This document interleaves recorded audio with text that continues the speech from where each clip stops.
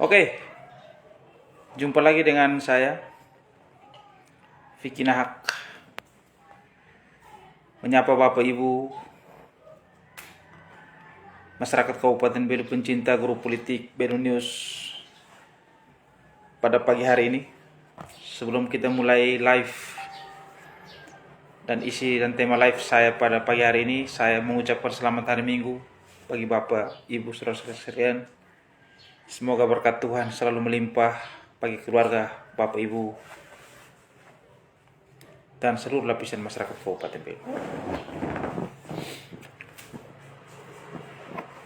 Pada pagi hari ini saya akan membawa dua berita penting. Berita yang pertama, saya Vikinak mengapresiasi sekali lagi, saya sangat kagum dengan apa yang dilakukan oleh Kapolsek Tasbar bersama jajarannya. Bahkan apresiasi ini datang bukan dari kalangan kami kaula muda ataupun yang peduli dengan Rai Belu ini. Ucapan terima kasih itu pun datang dari para tokoh umat, Paroki Roh Kudus Salulik. Nanti kita akan bahas terkait apa yang sudah dilakukan oleh Kapolsek Tasbar dengan jajarannya. Terus yang kedua, kita akan membahas terkait dengan kesehatan gratis. Saya mencoba untuk melihat apa yang digambarkan oleh beberapa postingan yang ditulis atau divideokan oleh Modok Kangkung. Saya tidak melihat akun ini akun palsu atau apa, tapi saya coba melihat bahwa ini dengan ada janji-janji kampanye dan segala macam, terus ada hal-hal yang masuk akal yang perlu kita diskusikan dan perlu kita bedah. Sedikit saya harus menyampaikan terkait dengan apa yang dilakukan oleh Kapolsek Tasbar bersama jajarannya. Kepolisian sektor Polsek Tasbeta Barat akan mendapatkan ucapan terima kasih dari para tokoh umat Paroki Roh Kudus Halilulik. Ucapan terima kasih disampaikan oleh Wilfrodis Fonis selaku Ketua Lingkungan Salorea.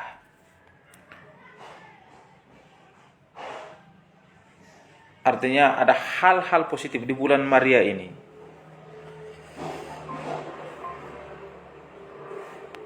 Polsek Tasbar, yaitu di bawah komando Kapolsek Tasbar yang masih muda, itu Bapak Sam, itu dalam prosesi patung kudus Bunda Maria itu mereka ada keterlibatan Polsek, Kapolsek dan jajaran ini sangat luar biasa. Ini perlu diapresiasi bagaimana keterlibatan Kapolsek Tasbar sekali lagi dengan anggota-anggotanya, pendekatan dengan masyarakatnya, mendukung bagaimana proses ini bisa berjalan dengan baik. Mereka menjaga dan mengawal ketertiban selama prosesi patung Bunda Maria, memang perlu diapresiasi. Ini adalah hal-hal langkah yang luar biasa. Saya sangat salut dengan, sekali lagi saya sangat salut buat Bapak Kapolsek Tasbar. Sukses selalu Bapak Sam. Masyarakat Tasbar hari ini sangat bangga dengan Bapak Kapolsek yang muda dan energik. Mungkin saya berpikir bahwa Bapak Kapolsek Tasbar ini betul-betul menjadi teladan atau betul-betul menjalankan apa yang diinginkan atau perintah langsung dari atasannya, termasuk dari Bapak Kapolres Belu. Luar biasa. Selamat sekali lagi buat Kapolsek Tasbar, jajarannya, dan khususnya kepada Polres Belu. Sekarang kita masuk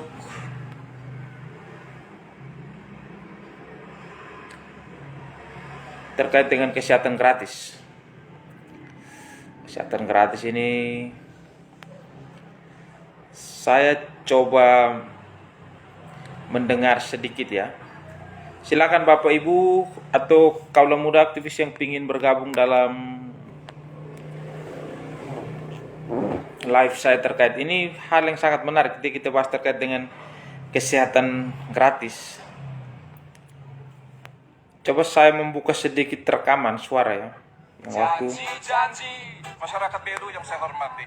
Cukup sudah kita janji-janji ya. Pilih pemimpin yang tidak menebar janji saja, tetapi kami akan bekerja nyata untuk ini dengan strategi yang kami miliki. Terima kasih.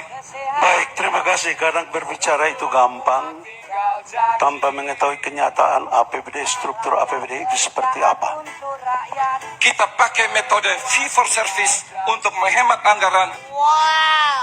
Keluarnya dari dinas kesehatan, orang berobat, klaim, masuk ke sana, verifikasi dan lain-lain. Ternyata setelah jadi bupati, lanjutkan berobat gratis kerjasama dengan BPJS. Jadi ini mata anggarannya sudah ada. Semuanya ditanggung BPJS.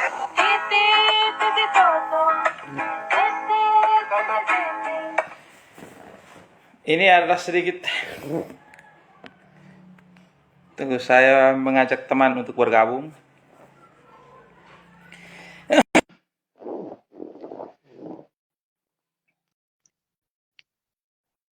Ini sangat menarik, wahai Bapak Ibu Saudara masyarakat pencinta guru politik News pada pagi hari ini, bahwa tadi mungkin sedikit kita mendengarkan ya.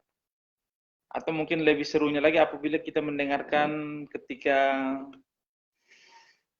Beru yang saya hormati. Cukup sudah kita janji-janji. Janji-janji masyarakat Beru yang saya hormati. Cukup sudah kita janji-janji ya. Pilih pemimpin yang tidak menebar janji saja, tetapi kami akan bekerja nyata untuk ini dengan strategi yang kami miliki. Terima kasih. Baik, terima kasih. Kadang berbicara itu gampang tanpa mengetahui kenyataan APBD, struktur APBD itu seperti apa. Kita pakai metode fee for service untuk menghemat anggaran. Keluarnya dari dinas kesehatan, orang berobat, klaim, masuk ke sana, verifikasi dan lain-lain. Ternyata setelah jadi bupati, lanjutkan berobat gratis kerjasama dengan BPJS. Jadi ini mata anggarannya sudah ada. Semuanya ditanggung BPJS.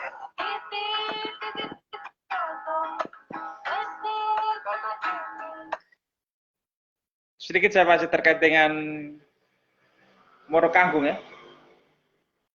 Sudah mau 2 tahun tidak satupun program janji kampanye yang dilakukan.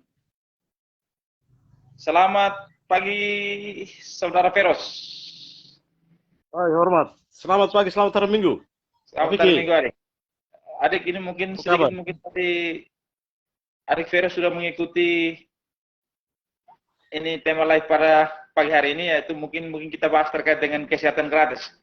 Mungkin dari sedikit Adik mendengar ini. Saya coba untuk membaca tulisan dari Moro Kangkung. Saya sangat tertarik ya. Moro Kangkung ini selalu menyuguhkan kepada masyarakat kita hal-hal yang mendekati kebenaran. Ini menurut dugaan saya lah ini, sebagai masyarakat Kabupaten Belu.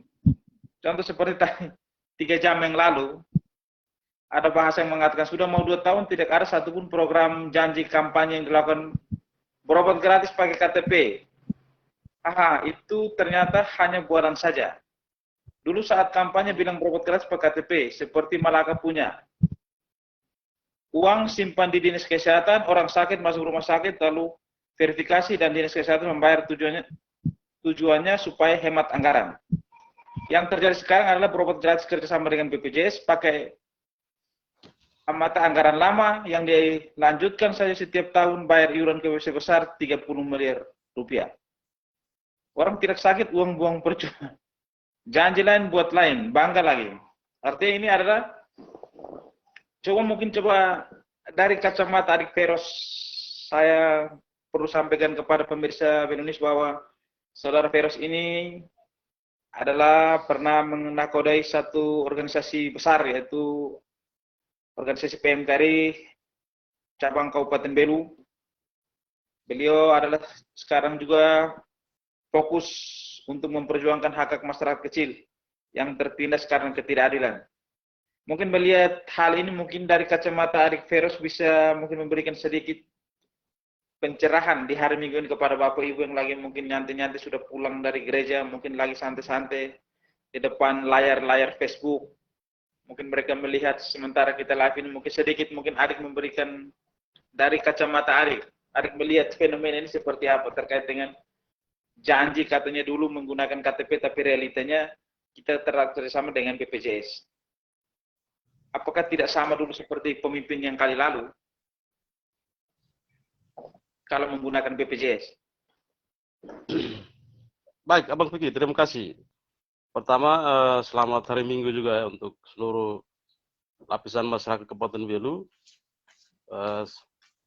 Hari ini juga merupakan hari hengkang sejenak dari pekerjaan dari hari Senin sampai dengan hari Jumat ya untuk teman-teman yang sibuk. Tapi hari ini hari Minggu bersama keluarga mungkin pulang gereja bisa bersantai ke pantai dan sebagainya. Saya tertarik melihat live Abang Fikri terkait dengan proses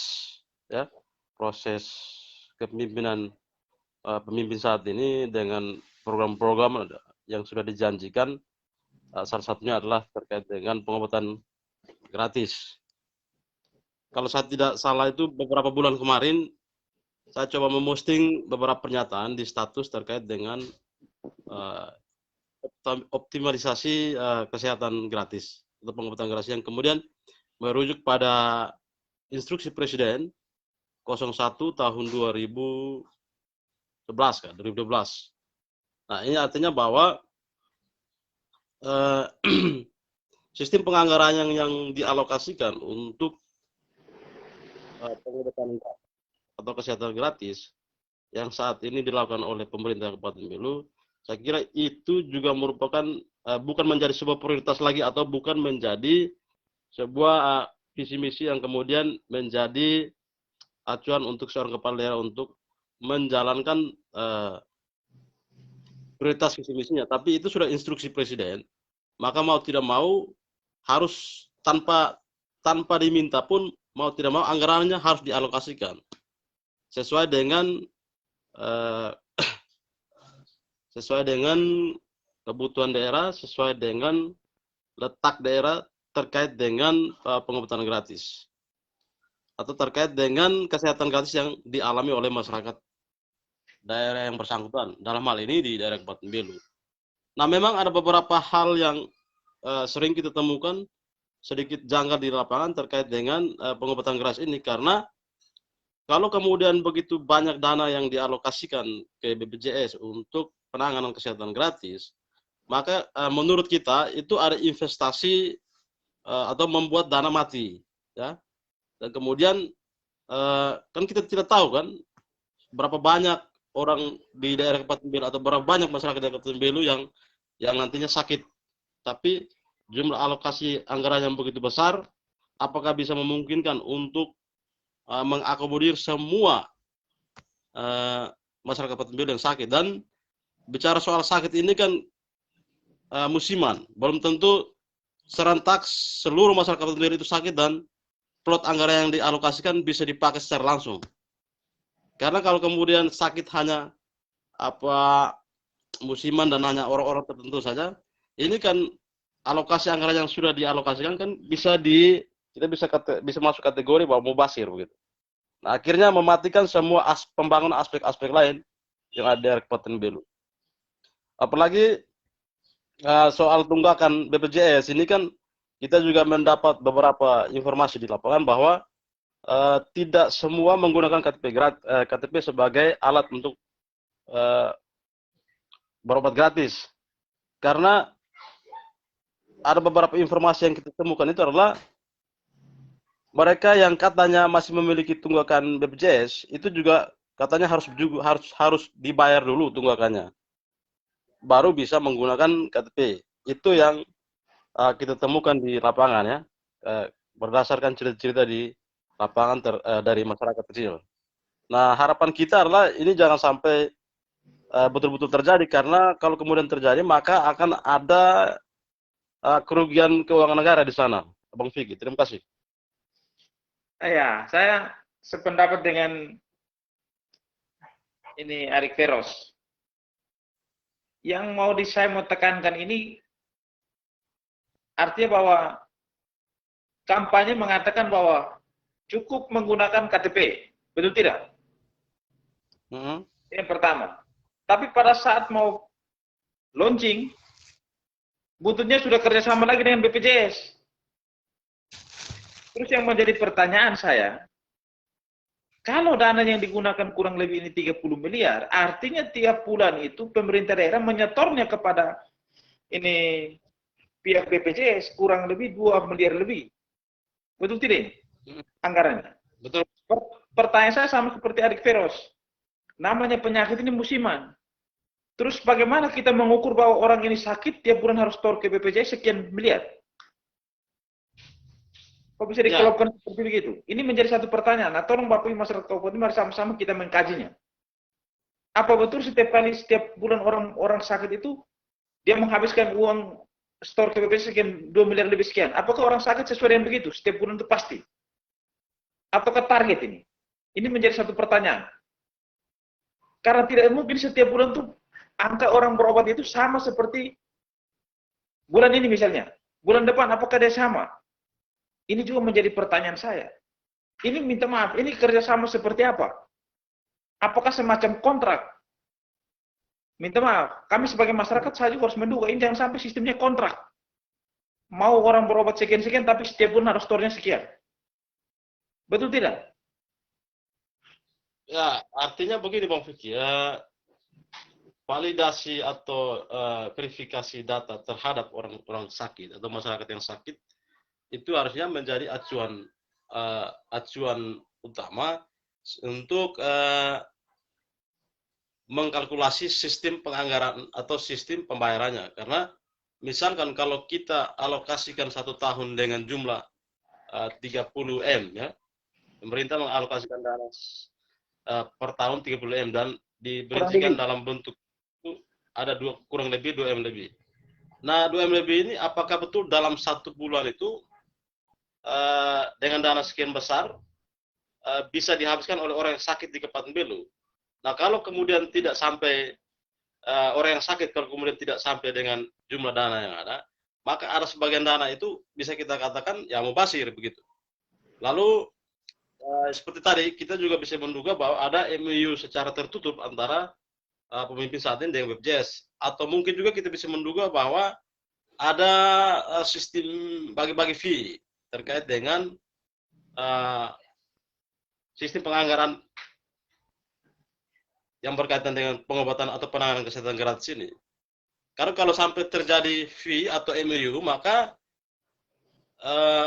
reward dan komisi itu bisa saja, reward dan komisi bisa saja terjadi, begitu.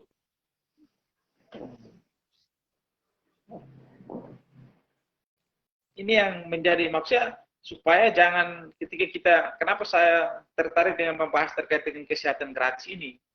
Karena begini, kalau misalnya ada permasalahan sesuatu hal yang mungkin kita kritisi pemerintah, selalu saja ada oknum atau orang-orang yang tidak mau kita mengkritisi pemerintah, memberikan saran dan pendapat agar sama-sama kita sambil mengontrol pemerintah. Mereka selalu menggiring kesehatan gratis yes, kesehatan gratis yes, ini yang terbaik. Maka mau katakan terbaik itu seperti apa? Kalau seandainya kalau tiap bulan kita baru minta maaf, kami menduga 2 miliar lebih untuk kita serahkan ke BPJS. Artinya kita patut menduga ada apa ini? Tidak mungkin yang tadi seperti saudara Ferus katakan. Tidak mungkin mau setiap bulan itu cara orang yang berobat itu apakah sama? Dan itu pengobatan seperti apa? Supaya saya mau sampaikan kepada seluruh lapisan masyarakat Kabupaten Belu. Hari ini betul, ini pemerintah dengan slogan perubahan mengatakan berobat gratis cukup menggunakan KTP. Tapi ada juga yang sekarang tanya, karena BPJS orang lihat kalau ada tunggakan, orang suruh lunasi 2 hari dulu tunggakan. Nah, itu yang menjadi pertanyaan panjang, Bang Fikir, terkait dengan mereka yang menunggak, ya, mereka yang menunggak sistem pembayaran iuran BPJS itu yang menjadi pertanyaan, karena dengan menggunakan KTP, apakah tunggakan mereka juga di BPJS apakah maksudnya bisa selesai begitu atau sudah aman begitu. Tapi kalau memang mereka menggunakan KTP untuk melakukan berobat gratis, tetapi di satu sisi sistem atau tunggakan BPJS naik, maka ini juga berpengaruh juga terhadap pelayanan publik ya, terkhususnya tentang kepentingan atau kesehatan masyarakat. Itu yang juga harus diperhatikan oleh pemerintah. Lalu yang berikut soal ya info-info terkait dengan mereka yang mau berobat gratis dengan KTP, tapi harus direkomendasikan dulu ke BPJS dan menyelesaikan dulu tunggakan di BPJS. Ini juga kalau kita mau sinkronkan dengan berobat gratis menggunakan KTP, ini juga masih pertanyaan panjang. Karena secara hakikatnya sistem pelayanan kesejahteraan sosial ini kan yang kaya menolong yang miskin kan, tapi model atau bentuk yang didesain oleh pemerintah dalam pelayanan kesehatan gratis di Kabupaten Belu, ini kan dia pukul rata. Jadi kita mau lihat keberpihakan terhadap rakyat kecil itu yang mana? Karena kalau misalkan yang kaya juga berobat menggunakan KTP dan mendapatkan pemberlakuan yang sama seperti yang orang-orang kecil, ini kan berarti spirit dari atau sejatinya dari pelayanan atau kesejahteraan sosial kan ini kan menjadi membias dan tidak bisa kita anggap bahwa ini berlaku untuk keberpihakan, tidak bisa, Bang Vicky. Maka dari itu mungkin ya saya kira kalau untuk dengu-dengu dan berbuat manis mulut untuk bahwa kesehatan gratis yes, saya kira pemimpin sebelumnya juga melakukan program yang sama. Malah kalau kita mau lihat dulu atau di era-era sebelumnya kan ada intervensi dana begitu besar terkait dengan kesehatan gratis dari pemerintah pusat. Nah, tapi hari ini kan yang kita dengar semua sistem penganggaran terhadap pelayanan kesehatan gratis itu kan kalau tidak salah itu bergantung penuh kepada postur APBD Kabupaten Belu. Akhirnya kan kalau semua alokasi anggaran diplotkan ke sana, maka ya jangan heran kalau daerah mengalami defisit, lalu aspek-aspek pembangunan yang lain ada di Kabupaten Belu juga jangan heran kalau akan lumpuh begitu Bang Vicky. Kenapa saya menyampaikan atau mengajak Arik Ferus untuk menyampaikan kepada masyarakat? Karena ketika kita bicara tentang kesehatan, kita bicara juga terkait dengan direktur rumah sakit. Setahu kita juga harus tahu bersama bahwa hari ini menjadi PLT direktur rumah sakit itu dia adalah seorang kepala dinas kesehatan. Ya. Yang mana kepala dinas kesehatan ini yang tadi saya bilang dia merangkap menjadi PLT direktur rumah sakit. Terus sistem pengawasan itu seperti apa? Kepala dinas itu kan dia mengawasi direktur rumah sakit umum daerah. Tapi realitanya ini sekarang satu orang berada dalam dua posisi. Itu menjadi pertanyaan. Kenapa saya katakan begitu? Karena notabene PLT direktur rumah sakit ini, sedikit saya korek ke belakang. Dulu di zamannya ini pemerintahan sebelumnya, pernah diduga ada tersandung permasalahan, yaitu terkait dengan ruang tunggu anak. Betul tidak? Terus yang kedua terkait dengan ada nangkraknya 1% ketunggakan BPJS yang diduga masuk ke rekening direktur tersebut. Maka terjadi waktu itu diganti posisi, maka waktu itu yang memimpin adalah Dr. Ellen. Ya. Tapi ketika dibawa ke pemimpinan pemerintahan hari ini dengan slogan perubahan, katanya menempatkan orang sesuai dengan basic ilmu pengetahuan dan mau daerah ini menjadi maju, Terus notabene bahwa orang ini sudah pernah seperti begini. Kenapa ini dipertahankan? Menjadi pertanyaan saya karena ini Kadis Kesehatan merangkap direktur rumah sakit ini. PLT ini masanya sudah lewat, sudah lebih daripada 7 bulan. Secara aturan ini tidak boleh. Oleh karena itu ada satu tanda tanya besar dalam benak dan pikiran saya. Sebenarnya ada apa di kesehatan? Ada apa di rumah sakit umum Atambua? Itu yang menjadi pertanyaan saya. Ditambah lagi dengan pengobatan menggunakan KTP, buntut-buntut menggunakan bekerjasama dengan BPJS. Cukup sudah kita berpolemik, cukup sudah kita membodohi seluruh lapisan masyarakat Kabupaten Belu. Kalau bilang menggunakan BPJS, waktu kampanye lalu kami menggunakan KTP. Konsisten. Kalau buntut-buntut menggunakan BPJS, apa bedanya dengan pemerintahan sebelumnya? Betul tidak? Ya, Bang Vicky, artinya bahwa soal penjelasan ini harusnya juga masyarakat tahu kan, karena kemudian kemarin itu kan sebuah langkah strategis dalam mencari perhatian atau suara rakyat. Tapi kalau kemudian dugaannya adalah membohongi masyarakat, saya kira ini satu hal yang tidak bisa kita lepas secara begitu saja, tapi pengawalan terhadap kebijakan ini harus jalan. Lalu terkait dengan sistem atau rangkap jabatan seperti yang digambarkan oleh Bang Vicky, direktur rumah sakit dan kepala dinas kesehatan, kita menyarankan agar pemerintah daerah dalam hal ini bupati maupun Baperjakat harus mengambil sikap tegas ya, karena kalau kemudian ini kan rumah sakit ini kan lembaga atau badan usaha milik daerah, ya, lembaga usaha milik daerah. Nah kalau kemudian satu orang yang menakodai dua organisasi, nah yang kita khawatirkan adalah terjadi konflik kepentingan di sana, ya. Masa dari rumah sakit yang harusnya diawasi oleh seorang kepala dinas kesehatan mengawasi diri yang sama, saya kira itu juga sangat tidak masuk akal, karena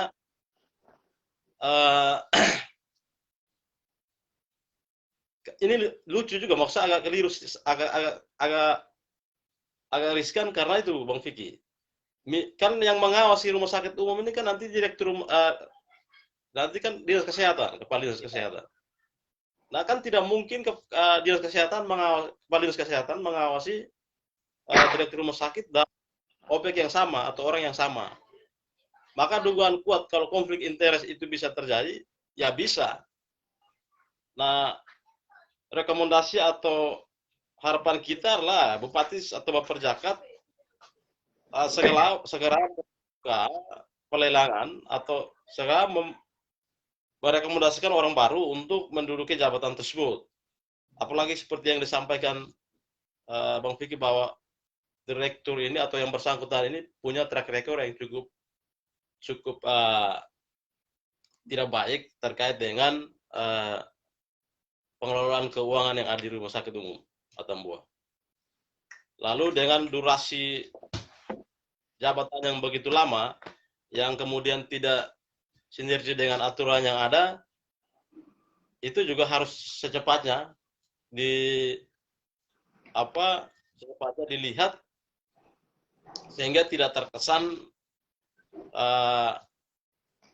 semena-mena atau membuat kebijakan yang kemudian berbenturan dengan produk peraturan yang ada di daerah Kabupaten Belu ini, ataupun aturan-aturan yang berkaitan yang mengatur tentang disiplin atau etika PNS yang ada di bangsa ini, Bang Vicky. Terima kasih. Baik, mungkin Adik Peros, mungkin ini sedikit gambaran apa yang sudah kita suguhkan kepada masyarakat Kabupaten Belu, khususnya pencinta guru politik Belu News. Ini belum close Bang Vicky. Belum tutup ya. Kalau mau tutup saya mau ini sedikit lagi. Akan ada closing statement dari Adik Peros. Terkait dengan saya secara pribadi, ini bahwa saya menduga ada sesuatu hal yang tidak beres di kesehatan, khususnya di rumah sakit umum Atambua. Saya beberapa waktu sudah bangun komunikasi dengan beberapa teman aktivis yang ada di Kupang. Kalau memang memungkinkan, mungkin kita harus bersuaranya dari Polda. Mumpung sekarang ada Kapolda baru. Ini saran. Kalau mungkin Adik Feros berminat, karena saya sangat kejar pertama itu terkait dengan ruang tunggu anak dengan 1% tunggakan BPJS yang diduga masuk ke dalam rekening. Sampai hari ini saya tidak tahu sejauh mana di prosesnya ini, karena pernah keluar di media, tapi seakan-akan hari ini diam. Oke lah, kalau memang mungkin cara paling ampuh itu mungkin kita sesekali lah kita main ke Polda lah, tarik depan Polda. Ini saran saya.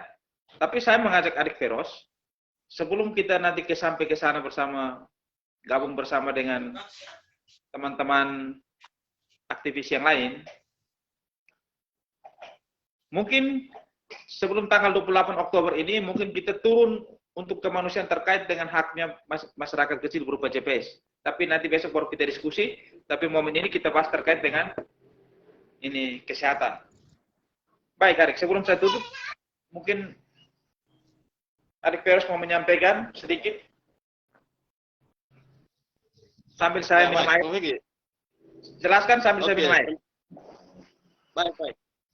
Nah, mungkin close statement saya pertama ya soal dugaan-dugaan yang terjadi di daerah Kabupaten Belu ini menjadi PR dan tanggung jawab pemerintah saat ini selaku kuasa pengguna anggaran satu daerah Kabupaten Belu, karena kemudian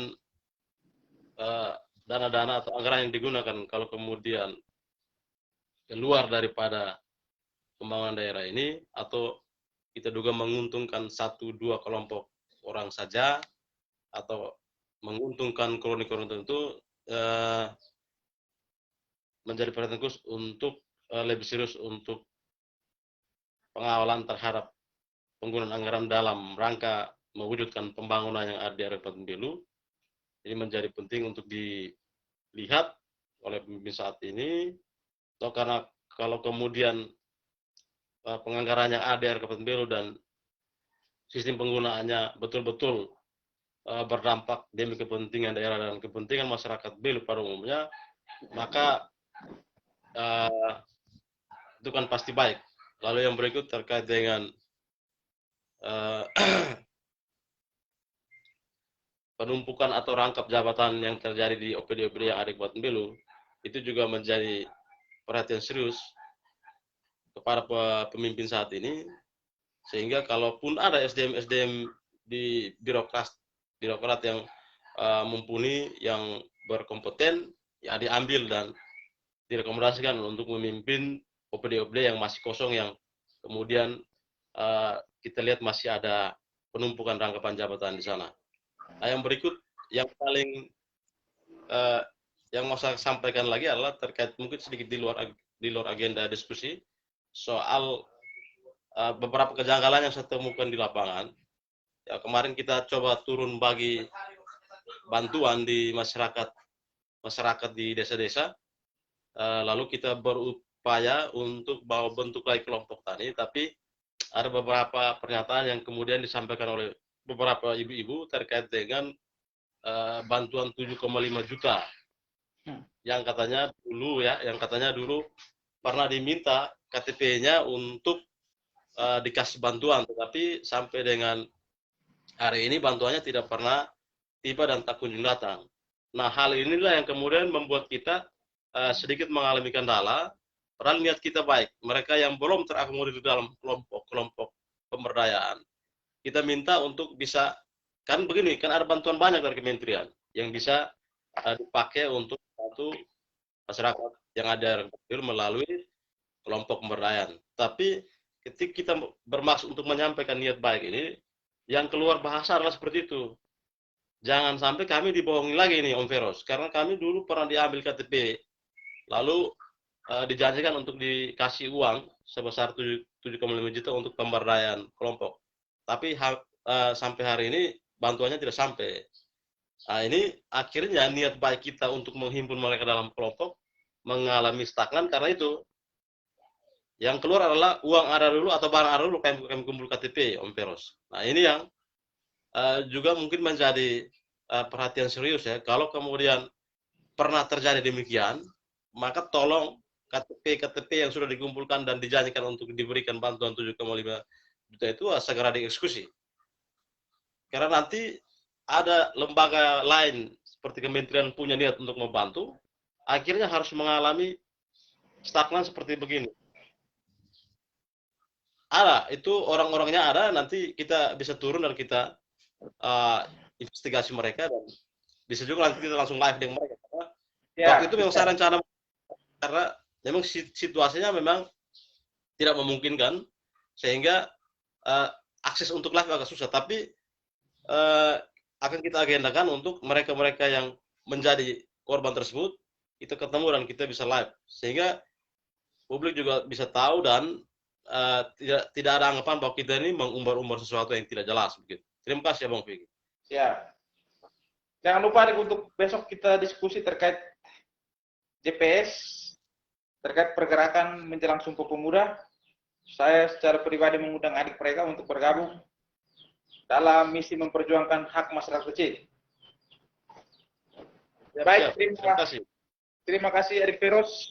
Terima kasih Bapak Ibu pencinta grup politik Belu News pada pagi hari ini.